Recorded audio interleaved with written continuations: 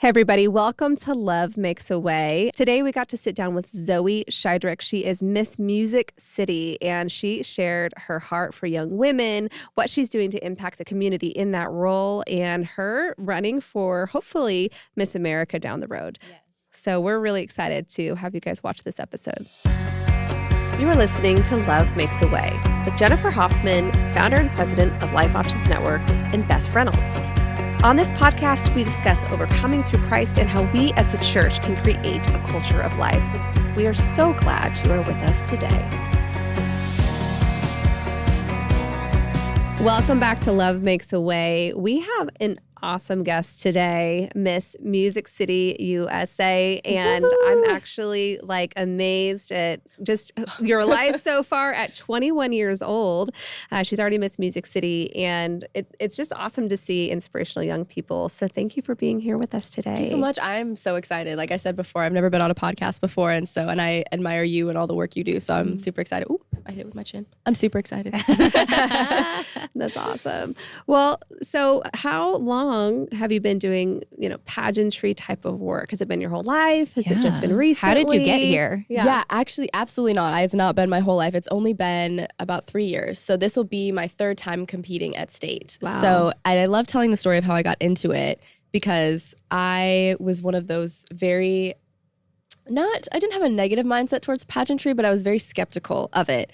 I came from the world of dance, which I was very blessed to have beautiful connections and relationships in dance. But I am very aware of the stereotypes of the dance world, of the cattiness and the competition, and that it's a stereotype for a reason. It's there for sure. And so looking at the pageant world, I said, I don't want to go into something that might be like that. Sure. So I was absolutely critical of the whole thing. I remember I'd never even thought about competing in pageants. And I remember I came home one day from dance, I think, and I opened up my laptop and there was a tab open for pageants. And I opened my door. I said, Mom, why on earth is there a tab of pageants open on my... I was like, what are you saying? What are you doing? Because I'm not doing this. She said, I really think that you could be good at this. Yeah. And I'm sure it's the same with y'all, but my mom, when God tells her to do something, there's absolutely no getting in her way. Absolutely no getting in her way. So she said, Zoe, I couldn't care less if you do pageants, but God is telling me that you should do pageants, so I need you to try this for me. It got to the point where she said, either you're going to do this or I'm going to sell your prom dress to get some money off of it, because you're either going to use it for a good purpose or I'm getting my money back from this. And I was like, oh, please don't sell it. So I ended up doing it. But I fought her tooth and nail. I was such a brat. It was bad. I said, I don't want to do this. This is dumb, blah, blah. And my mom was like, okay, Zoe, if you can look me in the eye and tell me that there's no positive benefit to any of this, not exposure, not experience speaking in front of people, nothing. If you can tell me there's no positive benefit, then you don't have to do it. And of course I couldn't do that, so I had to do it. But I remember my very first prelim, I had no idea what to expect. But it was me and only, I think, 5 other girls that were competing. It was a very small prelim. It was in Lexington, Tennessee. And I just remember hearing the women talk in the dressing room, just thinking, these are some of the most intelligent women I have ever met in my life. Yeah. And they were so kind to me. They welcomed me with open arms. They gave me advice. They were so kind. And one of the girls, after the competition was done, she ended up winning and I ended up getting first runner-up. And she pulled me aside. I actually have this on video because I was doing a little fit check with my dress. I was like, hey, Snapchat, here's my dress. And she walked up to me and she just poured God's love into me. She said, I just see this light from you. She said, I want to be your prayer buddy. God has big plans for your life. I can see it. I can feel it. I want to be a part of your life. And her name is Taylor Parsons. She is one of the most incredible people I've ever met in my life. And she is still, 3 years later, one of my best friends. Wow. I adore her. And so I'm friends with all of the women that I still did that prelim with. So, and ever since that first day, I have felt nothing but sisterhood and love from the organization. And I was so incredibly shocked. And that's the reason why I'm still here. I'm still competing, is because that's the legacy that I want to continue with the Miss America organization, because those women just absolutely welcomed me with open arms, and it was so great to be able to compete with them. It didn't feel like a competition. It felt just like we were all participating in this one same thing together. So yeah. That's amazing. Yeah, I mean, there's sometimes a stereotype, right? Yes. With it. But I love hearing that. It makes me so happy, because I think that we really need to encourage young women to have aspiration and 100%. value. I'm really big on this. Value themselves and understand that they are highly capable of doing whatever they put their minds to, and especially whatever God tells them to do. Yes. So that's really important. So I love that you're really setting an example for a lot of young women, even at this young age. But what has that been like for you, your relationship, with Jesus as you've been doing this? Has that kind of grown? Has your faith grown because you're doing something that's stretching? Oh, absolutely. I think the biggest thing is just learning to trust God more. And I know that's a pretty typical answer because you can learn to trust God more with basically anything that you do. But this specifically, I felt like a fish completely out of water. I had no idea what I was doing. And I didn't have any true faith that I would be good at it, because I was so skeptical for so long. But seeing the ways that God has blessed me just beyond measure with relationships with people, opportunities, encouragement through this organization, it just, every time I sit back and think about it, I am just absolutely amazed, because I'm like, I don't deserve any of this. Like, why am I the person that he is putting on this platform? But it's just such a beautiful reminder that whatever platform we're given is for his glory. It has nothing to do with me. And it's, for me, my platform is Triple E, elevating, empowering, and equipping young women. Beautiful. And so that's a huge thing for me. It's always been a big thing for me, empowering the women around me, but specifically empowering them through God, because for so long I felt like my value was, it lied within what other people thought about me, as specifically, boys growing up. It's if you're the one friend that doesn't get attention, you're like, oh my gosh, I'm ugly, I'm this, I'm that. And I look like, I'm like, girl, you're being so dramatic. Your life is so much bigger, I promise you. But yeah, just really leaning into the opportunities that God has laid out for me and really learning to trust him. I remember I thought I was getting super sick the week of Miss Tennessee, and I was freaking out. I was like, but then I remember just taking a step back and just being like, okay, if this is God's plan for me to be sick during this week, then it's gotta mean something. And I remember I've never felt, well, I won't say never, but that was one of the times I felt the most at peace in a high stress situation. I felt so at peace. I was like, not that I don't care, but I was like, I'm so open to whatever happens. I felt so in God's hand in that moment. And I remember feeling that and just thinking, wow, this is great. To be able to fully trust God, this is great. Yes. I was like, I need to do this all the time. That's awesome. I didn't get sick, hallelujah. Yay. But just the concept of feeling fully in his hand and that he is carrying me through all this was huge. You said that your message is really to elevate and empower and equip women. Can you share with us an example of how you're doing that? Yeah, so I do a couple different things. The main thing I do is I go into schools, and I've gone into special homes and shelters, and I've talked to young women. The main thing that I like to emphasize is not only confidence in yourself, but also empowerment of the women around us, because coming from dance, like I talked about before, and even the pageant industry, something that I've noticed my whole life is that society, we as women feel like we are constantly in competition with one another, and we see each other as competition or as barriers rather than as sisters. Yeah. And so really dismantling that mindset of realizing that someone else's light doesn't take away from your own. It only makes the overall light shine brighter. Yeah. And that's something that I really like to emphasize a lot, because it's a very easy concept to say and be like, oh, that's corny, that's cheesy. But it's a very difficult concept to actually implement in your life and in your mindset. And I've been working on that. I'm still working on that every day. When I see someone, I'm like, oh, I wish I was good at that. But then I have to check myself, and I'm like, if you can't preach about it if you don't actually follow it yourself. And I'm not perfect, but it's made a huge transformation in my life of how I view myself and my confidence, because it doesn't come from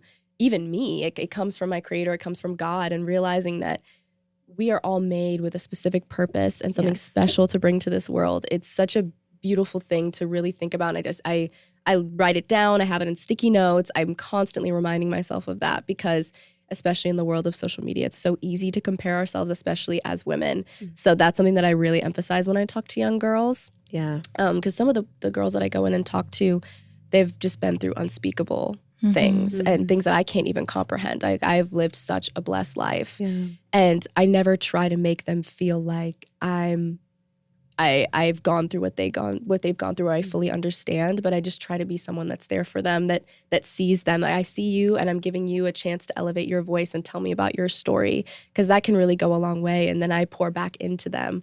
So that's my favorite thing to do. I have other little partnerships and stuff that I do with 1035, which is an upscale thrift store in the Nashville area. They are dedicated to helping disenfranchised women, which is really amazing. So I do other things, but that's my main focus. That's really what I love to do. Yes. I love that. And you mentioned young girls. Like, what if there's young girls, I'm sure listening to this, want to get into the pageantry world? What advice would you give them? I just on a very basic level, just start, try your best, dive in head first, because the Miss America organization is especially here in Tennessee, is one of the best organizations to get your start. I have not gone to one prelim where there has been this energy of cattiness or this energy of, I can't come up and ask this girl for anything. I can't ask a question. I can't do this. At every prelim, it's been a sense of community, and you can come up and if it's your first time, multiple girls will be like, oh, do this. You're here. You want a pair of earrings? I got a pair of earrings for you. It's such a great community. And so I would say that the Miss America organization is definitely the best place to start, but just literally dive in head first. That's what I did. I had no idea what I was doing. And then you kind of learn.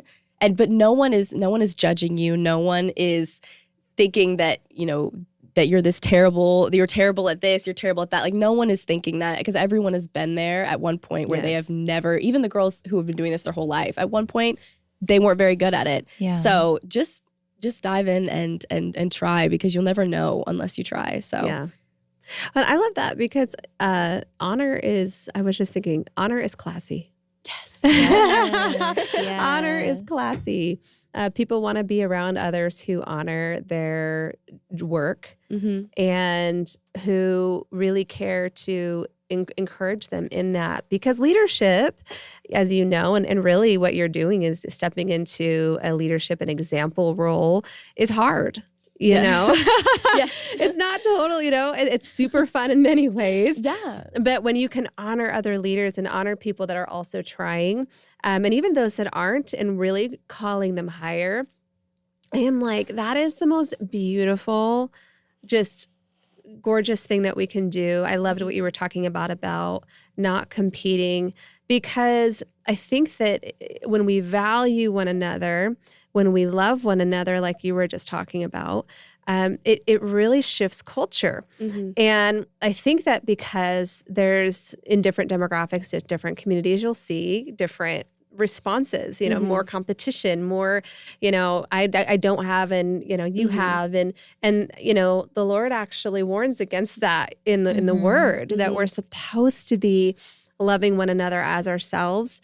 So I just have a lot to say about that, because it's so relevant. As obviously I work with a lot of different women, and the self-value piece that they don't carry oftentimes because of their experiences and what they've gone through. Sometimes that just keeps them in this place. And so I think I would say too, and I'm so glad you're helping with that nonprofit, but to the women and even the men that you serve, just because you're in a position now does not mean you have to stay that way. And it's like one story of a woman that we worked with over at Life Options Network. She was a mom that had 5 kids, pregnant with one, leaving a domestic violence situation. And she called us, and she was actually going to choose abortion. And, it was kind of one of those moments of, what, we're here for you. Now, she was like an educated woman who had a master's degree of all things, but she just ended up in this tough place. And we had the honor of really walking with her for quite a bit, but we saw the challenges. I mean, she had to figure out a hotel situation. We helped her with that, helped her get food, all those things. But what was amazing was seeing the progress and speaking to what you're going to be capable of and you are capable of, but seeing the progress of her from kind of being in a really tough situation with her kids. She actually almost died in the hotel. Crazy story. Wow. Yeah, she had some pretty bad hospital experience. They sent her home as she had a miscarriage. It was crazy. One of the craziest things. But what was amazing is we got her into safe housing after that whole crazy experience. And I remember she called me about a year later after that, and she sent me a photo of a new house. And I was like, oh my gosh, that's a great house. Like, whose house is that? Like, okay, cool. Why are you sending me this? Yeah, exactly. And she says, Jennifer, I just wanted to let you know that I heard you when you said to go back and fight for my education and to use my education and to get back into work. And we just bought this new house because I became the number one salesperson at my job. And, that's ultimately, that's it right there, and not that, and there's so many organizations who do stuff like that. But what's so amazing is as you're talking about that is how your life and your encouragement can really shift and change things. So what would you say to a young woman who comes out of a situation like that? I know that Beth touched on it a little bit, but how would you encourage someone to value themselves, young women who are maybe didn't have a wonderful growing up situation? Just what would you say to them to begin to value who they are? Yeah. And like I said before, I make sure that they are aware that I'm never trying to seem like I can ever fully understand their situation or understand what they've been through. Because sometimes when you're just speaking to people who have been through really difficult circumstances, it tends to shut them off if you're like, oh, just love yourself. Oh, we'll just do this. And they're like, well, you have no idea what I've been through. Yeah. You're not in the position to talk to me. But I make sure to break down that wall of being like, I'm here to pour into you. I'm not here to try to fix you or make you seem like my project in any way. I'm just here to pour into you. But I really, it's hard because sometimes I get a little emotional talking about it, but I let them know, one, that how much they've inspired me, but two, I really I bring God into a lot of the things that I talk about. And whenever I can, sometimes, you're not always allowed to. If I'm speaking to like a big assembly at a high school or something, I can't always talk about it. But when I'm in these intimate moments with these women, I talk about how I said before, we've each been made with something incredibly unique and special that we can bring to this world, and someone else's opinions of you or someone else's treatment of you doesn't diminish what's already there. Yeah. And that's something that's really hard to accept, especially for these young girls who have been beaten down by people who are in positions of authority over them, or their parents, or people who are supposed to nurture them. When that is missing, it's really hard to take that and believe that for yourself. But someone else's opinions and treatment of you is not a direct reflection of who you are as a person. And so that's why having God is so important, because he is that rock that you fall back on of, okay, well, I don't feel like I'm worth it. They don't feel like I'm worth it. What's the point? Yeah. The person who made you feels like you're worth it. Yeah. And he knows that you're worth it. Otherwise you wouldn't be here. And so that is something that I really like to hit home, because you talk about God is our rock, everything else is sand. He is our only solid ground. And so when all else fails in your mind and other people, God is the one that you fall back on. Yes. And even if they don't believe in God, I still tell them that someone divinely created you. And even if you aren't religious, it's such a beautiful thing to think about, that before we were even born, someone took the time to make us individually, not just our face, but our gifts, our talents, our mind, our body. It's so beautiful to think about, even if they haven't fully accepted Christ yet. And it's totally fine. It's steps, but just having that thought is really great, and it could be a really concrete place to fall back on when you don't feel like when you feel like all else is failing. Right. Well, I feel like when someone is feeling just so unloved, maybe they've been spoken to of like you're an accident or you're a mistake. Like nobody is created on accident, right? Everybody was created on purpose. Yeah. 100%. And so everybody has value, and we get to show people love and value and honor. Yeah. And it just completely changes everything. Yeah. And once you can honor yourself, you can really honor other people and empower other people around you too. I remember another thing that I like to talk about is I've had someone ask me, if you could give advice to your younger self, what would you give her? And the first thing, I thought of many things because my younger me needed a lot of advice. But one of the big things, which kind of ties into what we're talking about, is that believing in yourself and standing up for yourself never makes you the bad guy. I remember, I've never spoken about this publicly, but when I moved away from home, I was living with a host family that it was a very toxic and mentally and psychologically abusive household. And I'd never experienced anything like that before. And it was someone that I really looked up to a lot ever since I was a little girl. And so it was hard for me to really grapple with. And I remember thinking, my brain always does this. I was like, oh, well, I'm not being physically abused. So it's not abuse. It's not that bad. I'm fine. Oh, it would get really bad, but then we'd laugh at dinner and I'd be like, oh, okay. So if it was actually that bad, I wouldn't be laughing right now. I'm like, there's people out on the streets. There's people who are dying. Right. That's a good mindset to have in a sense of like, always being grateful for your situation, but it was used in a very toxic way in my own brain because I convinced myself that everything was fine, nothing was that bad.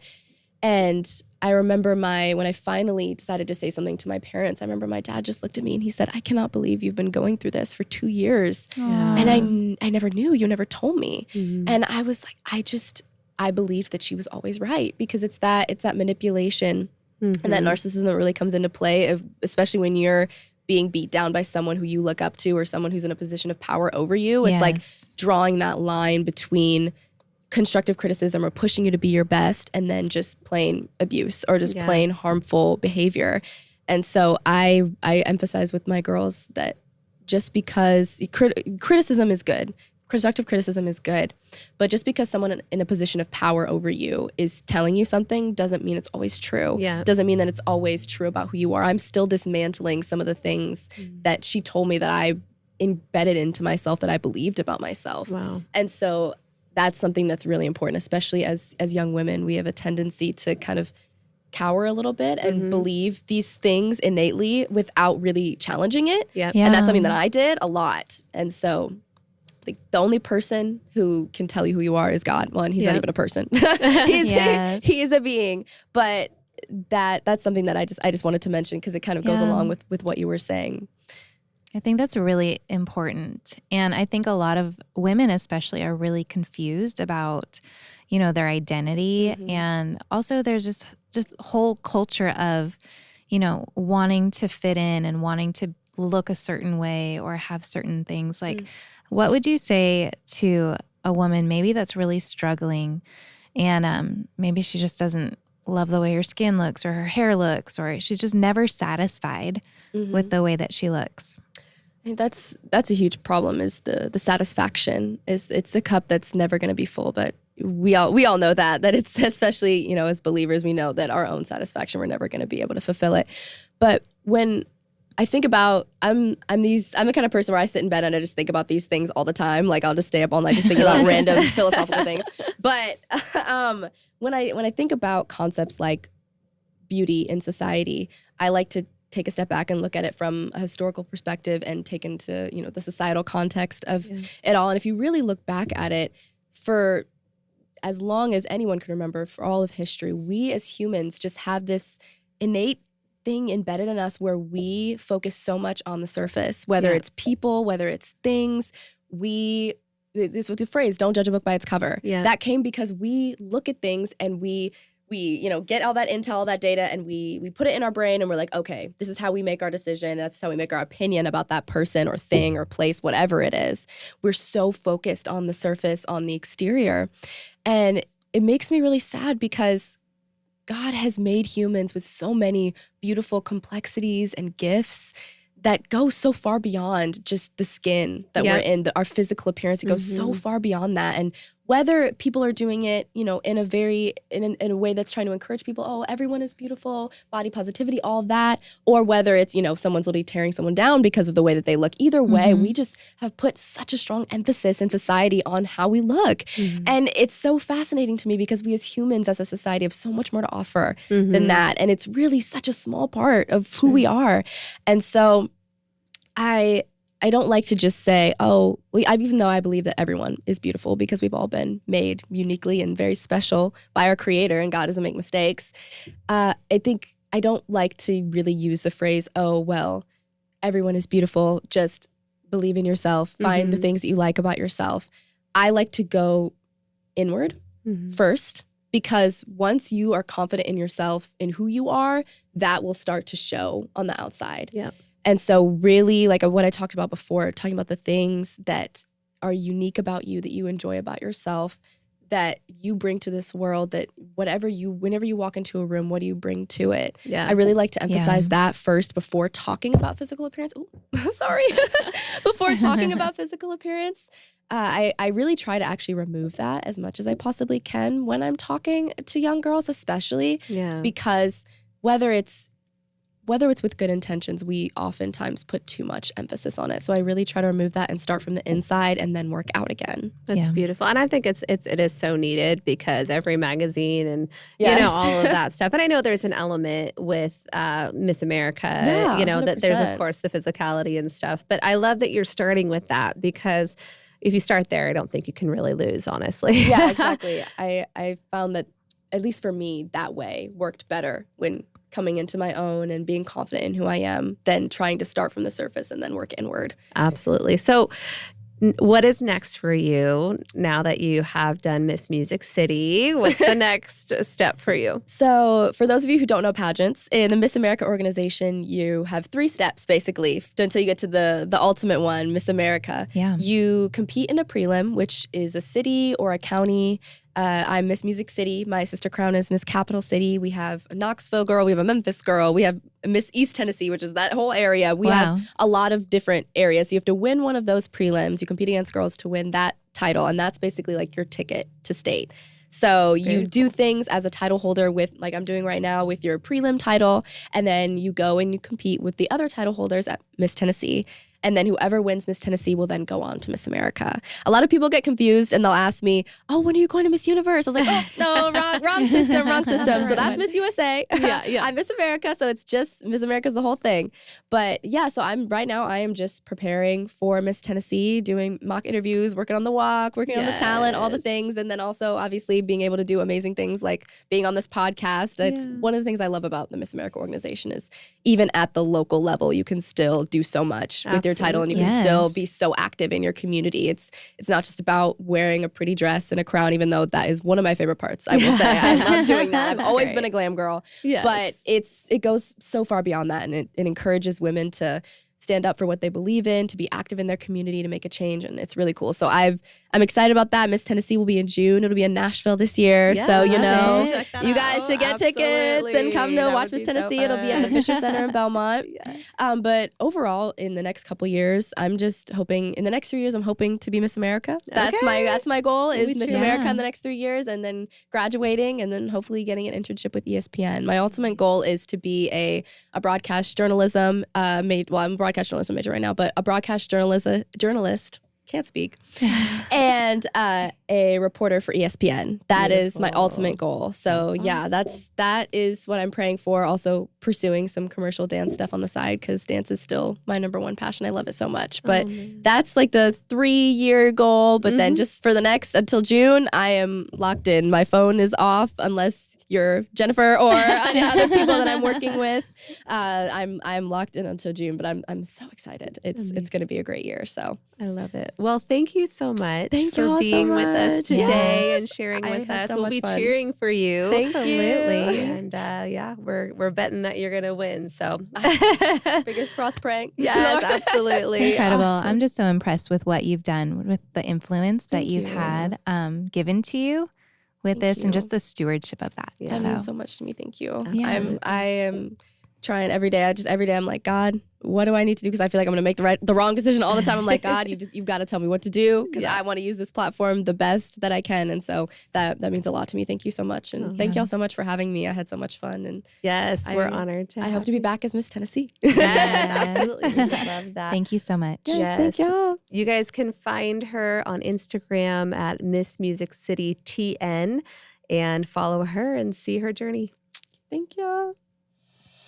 Thank you for joining us on Love Makes a Way with Jennifer Hoffman and Beth Reynolds.